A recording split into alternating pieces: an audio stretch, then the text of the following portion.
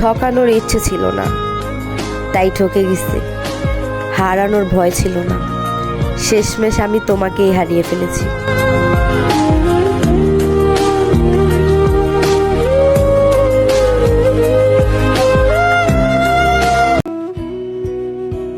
তোমাদের দেওয়া দুঃখগুলো আমার জীবনের সর্বশ্রেষ্ঠ শিক্ষা হে প্রিয় মানুষেরা।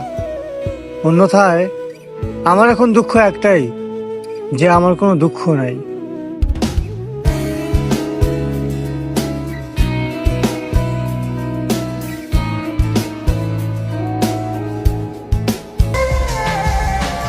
আমাকে ভুলে গিয়ে তুমি নিজেকে বাঁচাও, তুমি বরং তোমার জীবন ফুল দিয়ে সাজাও।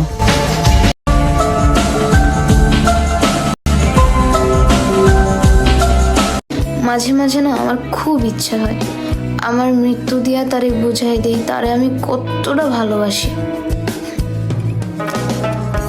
খুব ইচ্ছা হয়। তোমরা ভালোবাসার কথা বলো,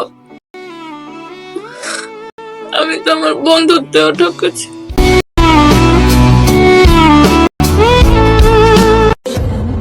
ওহে নারী, পুরুষ ততক্ষণই তোমার যতক্ষণ সে রাগ অভিমান করে।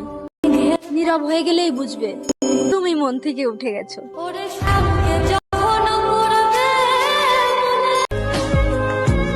যার দুঃখ বলার কেউ নাই, তার মতো অসহায় কেউ নাই।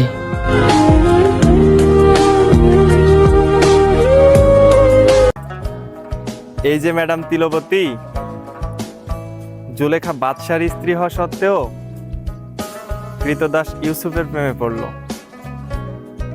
আপনি কি পারতেন না আমার গভীর প্রেমে আসক্ত হতে?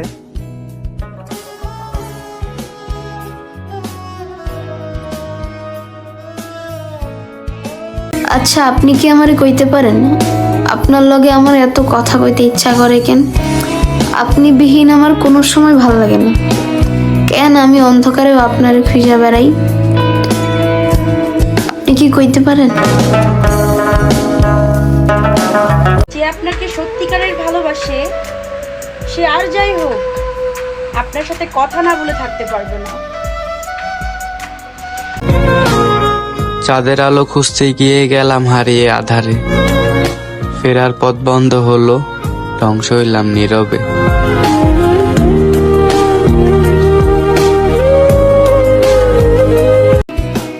দেখ ভাই, মানুষ খারাপ হইতাম পারি, তবে কখনো কোনো মানুষের ক্ষতি চাই না। নিজের ক্ষতি কইরা সবসময় মানুষের উপকার করি, তারপর ওই দিন শেষে মানছে আম করে ঠকাই যায়।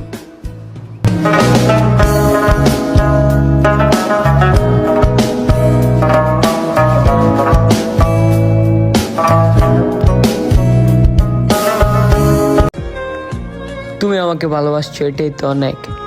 তোমাকে পাওয়ার স্বপ্ন দেখা তো বিলাসিতা। ভালোবাসলেই কি পেতে হবে? থাক না কিছু অপূর্ণতা। হয়তো তোমাকে পেয়ে গেলে পুরো পৃথিবী ধ্বংস হয়ে যেত। তোমাকে পাইনি, কিছুই ধ্বংস হয়নি। যা কিছু ধ্বংস হয়েছে ওইটা শুধুই আমি।